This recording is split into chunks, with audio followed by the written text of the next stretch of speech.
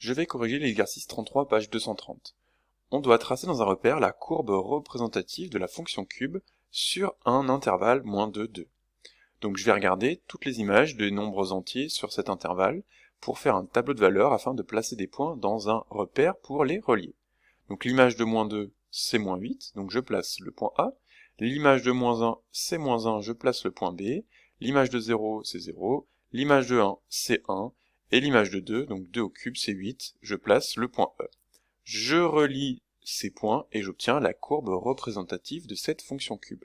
Maintenant, je dois résoudre dans cet intervalle une équation x au cube égale -1. Donc je rajoute ma droite d'équation y égale -1, je vois le nombre d'intersections est 1, je vais avoir donc une solution à cette équation.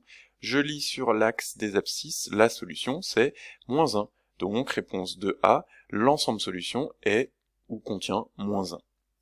Petit b, je dois résoudre une inéquation. X au cube est strictement plus petit que -1. Donc je dois regarder toute la partie de la courbe qui est en dessous, strictement de cette droite bleue. Donc tout ce qui est ici en vert.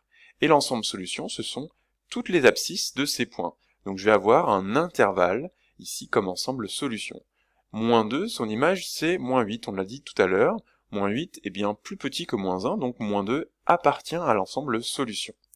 -1, quant à lui, son image est -1, et donc -1 n'est pas strictement inférieur à -1, puisque -1 est égal à -1, donc ici le -1 ici ne fait pas partie de l'ensemble solution. Donc l'intervalle c'est de -2 à -1, crochet fermé à gauche, crochet ouvert à droite.